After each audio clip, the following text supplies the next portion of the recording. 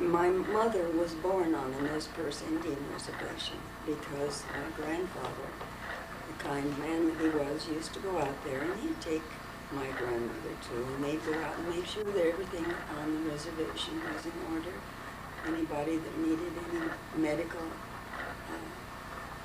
attention would get it, and they all loved him. And fortunately or unfortunately at that time, this last time, my mother began to be bored. She wanted to get out on the reservation, I guess. And so the Indian women took my grandmother into their shelter, and my mother was born on the Indian reservation. Whenever people come across that information, they take it for granted that my mother was Indian, but she wasn't. Okay. And we went up there after we moved to Idaho here and visited the Nez Perce Indian Reservation, and the people knew about it, you know. They were writing the history of the Nez Perce Reservation. Now, my mother's name was Ethel May Howells, and she was born in Pocatello, Idaho also. She came from a family of 4 sisters and 2 brothers, and they were all very close together. She was a sweet woman, a fantastic cook, and never said a cross word in her life. She was born in May the 16th, I think, in 1901. My father's name was Patrick Joseph Hulihan.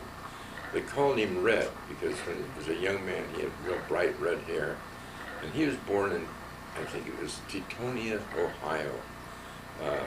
His age was always uncertain because his family had migrated to America from Ireland, and they were very poor, and they had a lot of kids. He had 3 brothers and 5 sisters, I think. And he had to go to work as a young kid in the steel mills, and he had to lie about his age. And so he never even really knew how old he was, but I think he was born around 1894.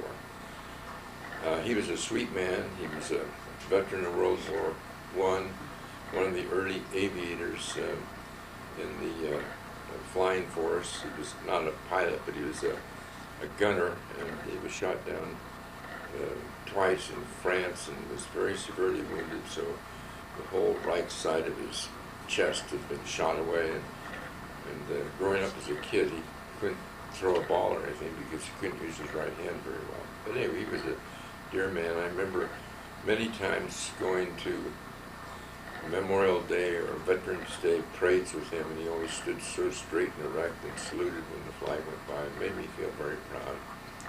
He was unable to work because of his disability, so we lived off a very, very small government pension, actually.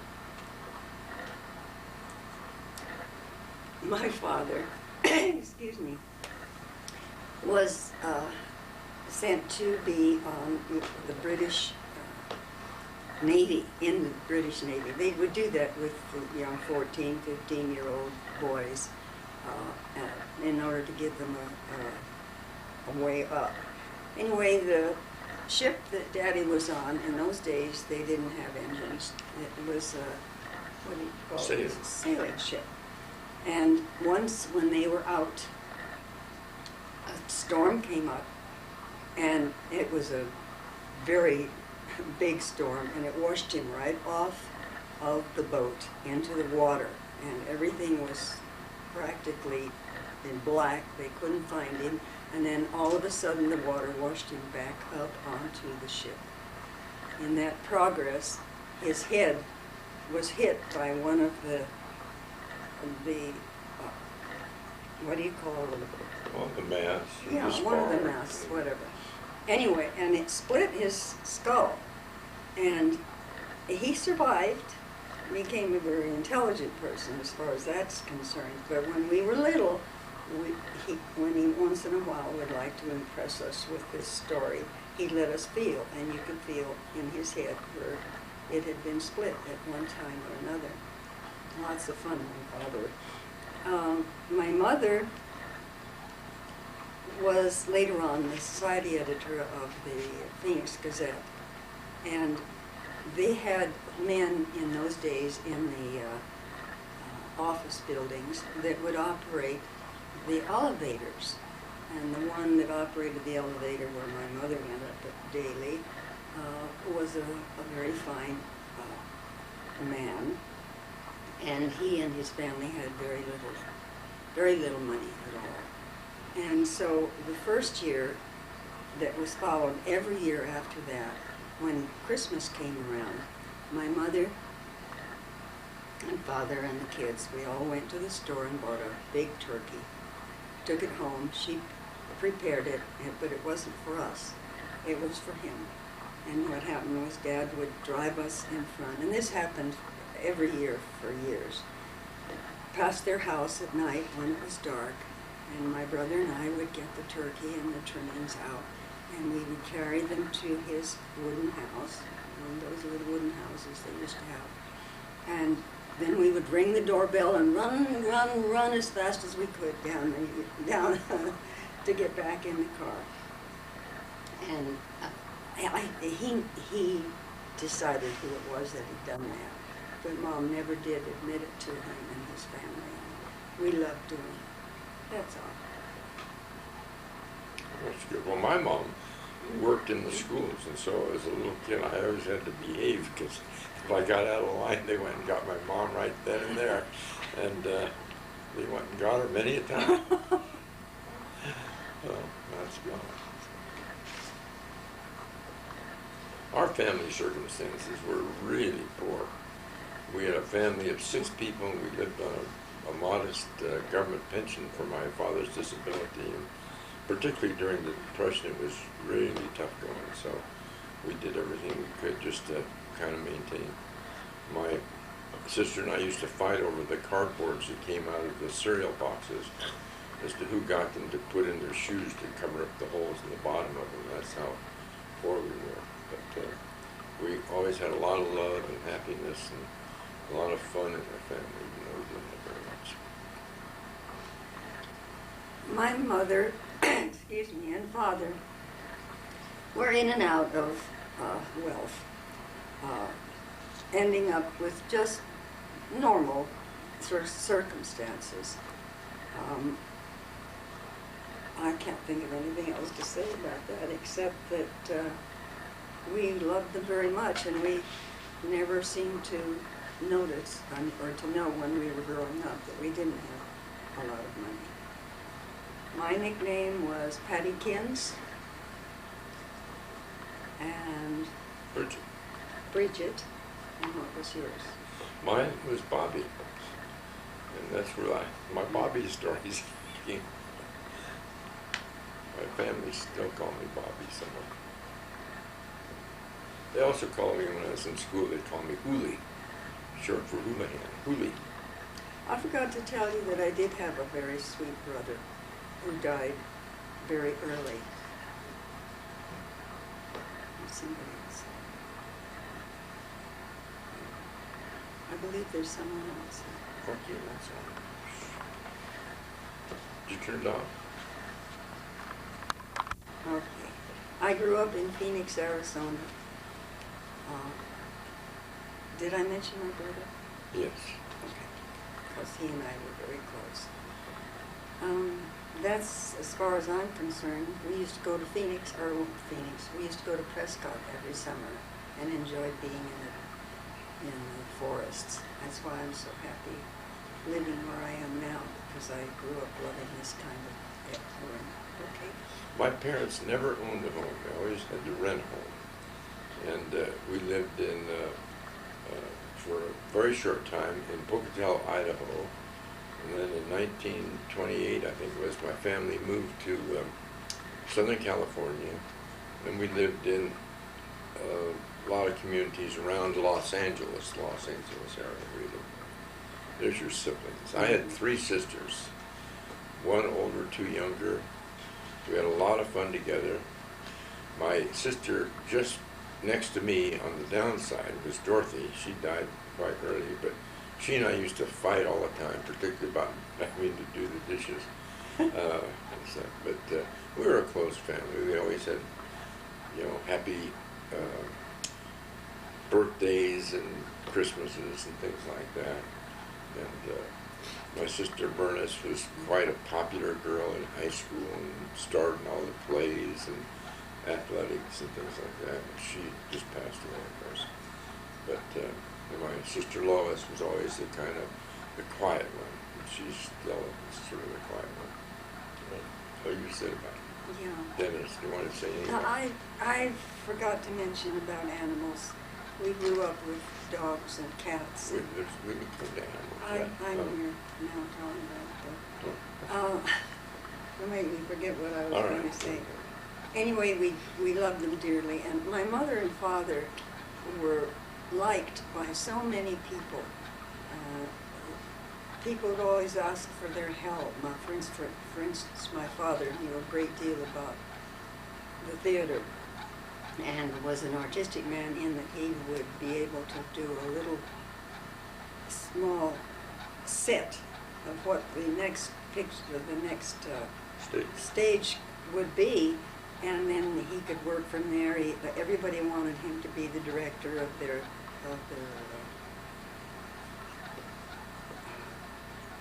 productions. Yes, excuse me, I've got so much to say I can't think of it. And when we were little, all of the dogs in the neighborhood used to come to our house because they knew that everybody there loved them. And the front yard would be full of all these dogs, especially one which was a big collie. And when the others would go home along towards dinner time, he would stay until he was chased away. And if we got in an automobile and started to drive away, he'd run down the road, right in the middle of the road behind that car, wanting to go with us. And my brother and I would say, "Daddy, Daddy, he's back there, a car's going to get him." And after a few blocks, Daddy would pull over, open the door, and let the dog get in the car. Okay. How about your friends? Games, hideouts? No, I was so happy at home that I never looked for friends outside the home. I had one little girl that I would go to school with, but that was as far as it went. I always wanted to hurry so that I could get home to my home. My brother had a hideout that he built in a vacant lot next to our home. He and his friends dug it, and they had all kinds of things inside, lights, and just, I was never invited. But after they would go somewhere else, I'd sneak down there and see what it was like. Well, I had a lot of friends, and some of them I stayed friends with throughout their lives, really. One was Lawrence Thorne. He was a very obese young guy, but he and I used to do all sorts of things together. Particularly, he was interested in chemistry, and I was. And we had a little chicken coop that we made into a lab, and we made all sorts of explosives and things in there. If our parents knew what we were doing, they would have stopped it. And we used to play games, even as a little young kid. I can barely remember. We used to play kick the can out in the middle of the street in a suburb of Los Angeles. You could never do that now, but we played hide and seek and capture the flag. And it seemed like in the summertime, particularly every night, the whole gang of kids in the neighborhood would be playing games out into the street and so forth. The thing that I remember the most that was funny was when my brother and I were little. I would say I was probably about 4. That would make him be about 6. And when my parents would be invited to go out somewhere, they had a lovely Mexican girl who used to come. She also used to come and help with the housework. And we loved her, and we had lots of fun with her. And then she moved away, and they brought in an elderly woman to stay with us the next time they were going out somewhere. And we were very upset about that. And after my mother and father left, I'm sorry to have to say this, my brother looked at me and I looked at him, and he walked over to, in those days we had lots of blinds, regular blinds, but that you would push down and they would go back up again. And so he went over to the first one and he gave it a little hug, and it went back up and was going around like this. And then she heard that in the other room, and she came in, and when she came in and saw it, "Oh, you shouldn't do that." By that time, we were at the next ones, and we went through the entire house like that. And she would chase us and try to pull it back again, and then we'd be over here doing it again. That poor woman would refuse to ever come back and babysit with us again. That's all. Well, there must have been a lot of funny things I did as a child. I don't remember too many of them, but my dad and I used to go around and collect newspapers from the neighborhood and take them to Los Angeles and sell them just to get a few pennies. And the women in the neighborhood always, I had bright curly hair, and they'd always pat me on the head and give me their free newspapers. At free time as a child, I was always free. My parents never put much restrictions, except we had to be home by bedtime. And so my sisters and I used to roam a lot. And when we lived out in the country, we used to go out in what we called the wash, but it was really just the chaparral desert of Southern California. And we used to play and make little forts and stuff like that. What did you do in your free time? I just got through Oh. In my free time, my mother was the most beautiful woman I've ever known in my life. She was a natural blonde. She was very famous on Broadway as an actress, and later became quite famous as a newspaper woman. And fears, I'm gonna think hard. I don't believe I ever had any fears when I was with my family at all. We had a loving, wonderful time.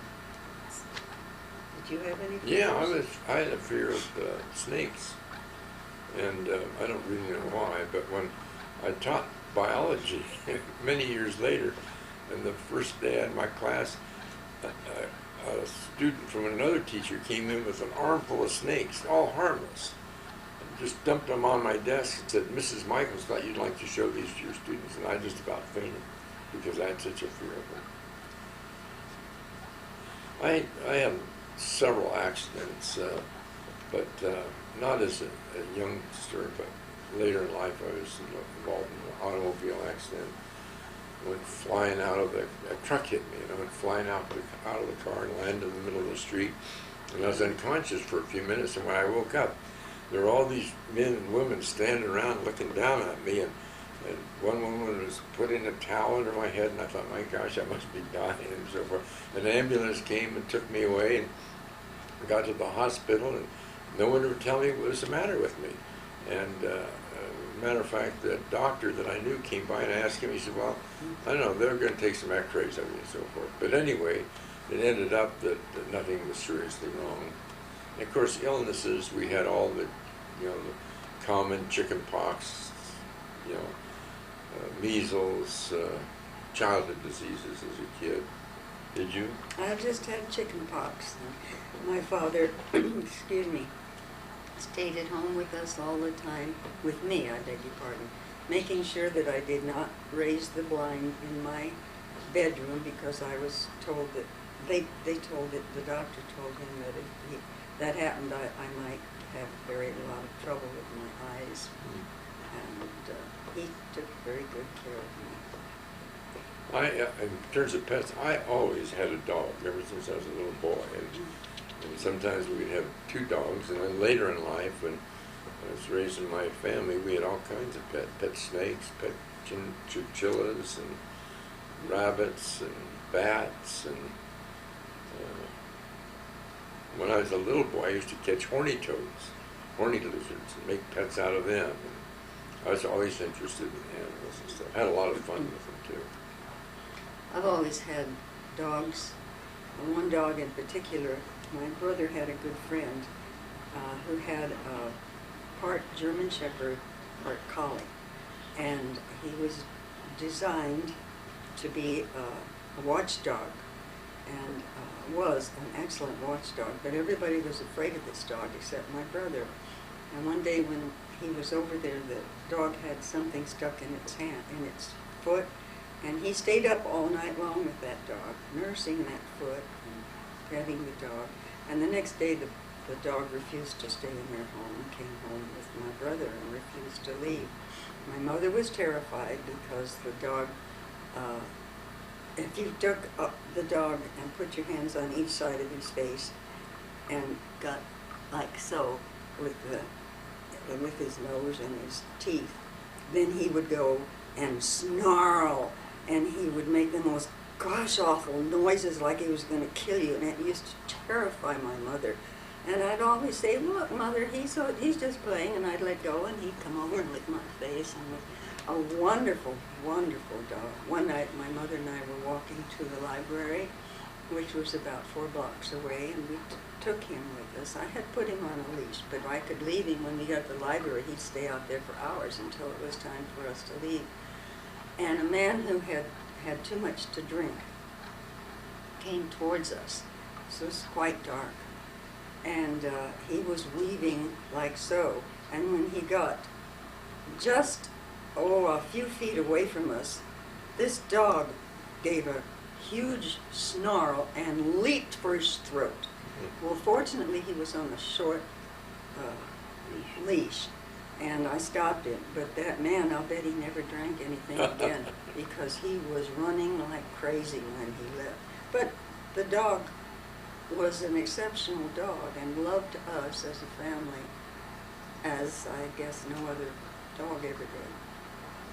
I used to name all my dogs Pal. Every dog I had was named Pal. When this dog, this used to make my mother and father hilarious. If I would hum,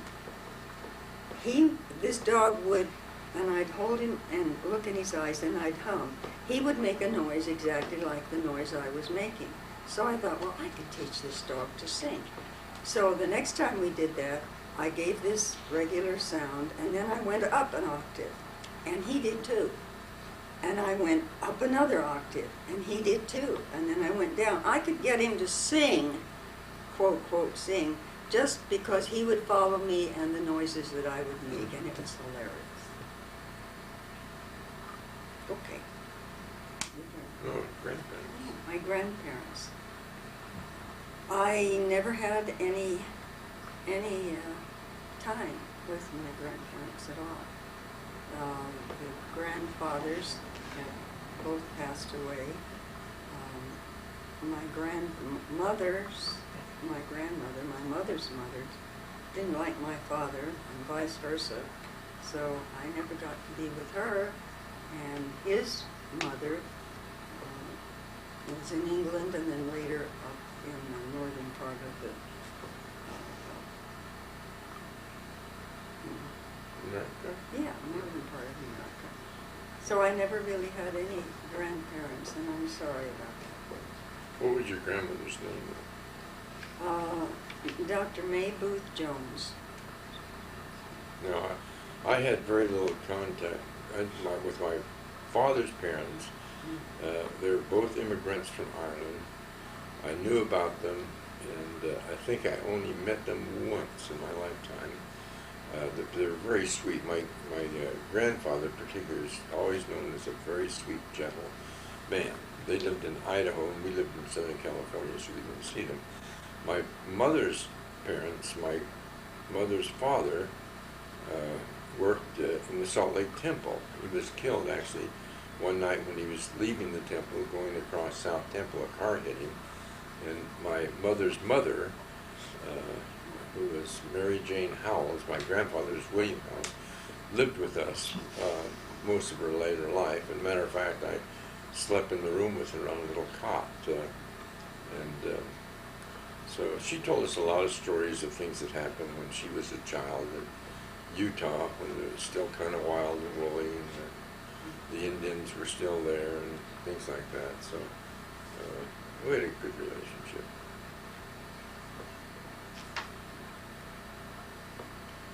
Do you have any family sayings?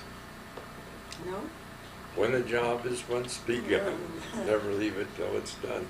Be the labor great or small, do it well or not at all. That's something my father taught. I stayed with me forever. But he also liked to say to me, son, don't ever do anything you wouldn't do if I wasn't there, which I think helped me a lot in my youth of not getting in trouble. Okay. Christmas time, we didn't have a lot of money, but we had a lot of love and a lot of happiness.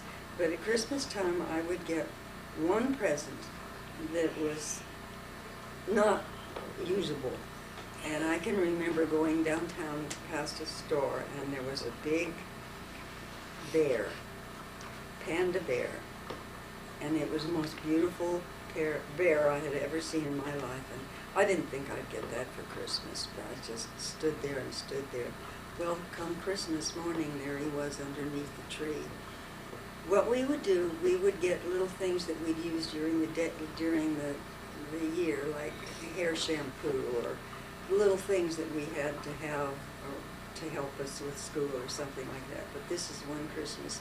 I had that bear for years and years and years. Well, my folks didn't have very much money, but every Christmas we had a beautiful tree and a lot of gifts. And I can remember as we got older, my sister and I used to scour the house to find out where our parents had hid the gifts. And we always had fun when we found them. But gee, I got, the best kind of a bicycle to ride, and a 22 rifle, Wow.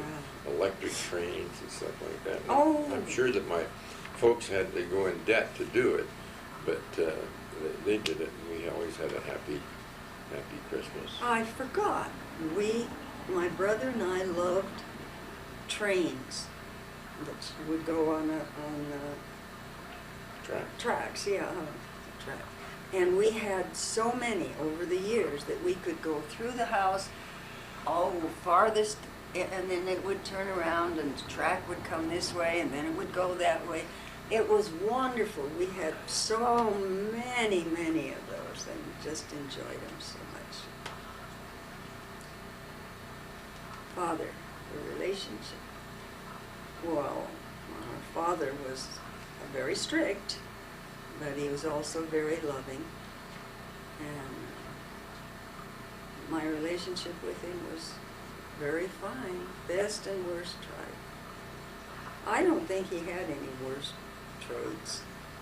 And his best were all that he always liked. When we were little, and we lived in a small house, he would go out in the backyard and over a long period of time he dug places and that would go around in circles and like this, and they'd be about this deep all over the entire backyard, and then he'd put the hose on and fill them up, and then we could take our little toy ships and sail them all around the backyard.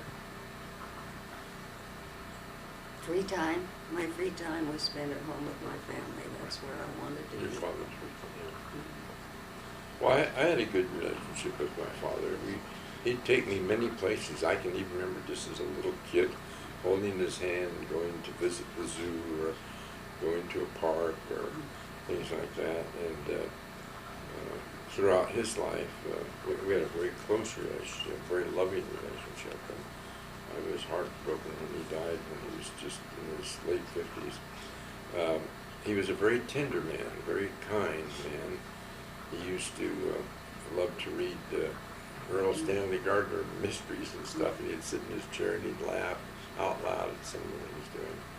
The worst trait he had was that he was an alcoholic that would not drink except under real stressful situations, and then he would drink just about until he was dead for a couple of weeks, and then he'd recover and he'd be okay. And that trait started when he was in the service in World War I, because he said they would never go up in those fragile airplanes without having some alcohol to sort of dull their senses, which is too bad, but it was a true thing with a lot of people, a lot of veterans of World War II. Free time, we had a lot of free time because my dad didn't work, and so he loved to garden, and he would just hand spade up a half acre of ground in the backyard and plant the best vegetables and the best fruits and things you could imagine.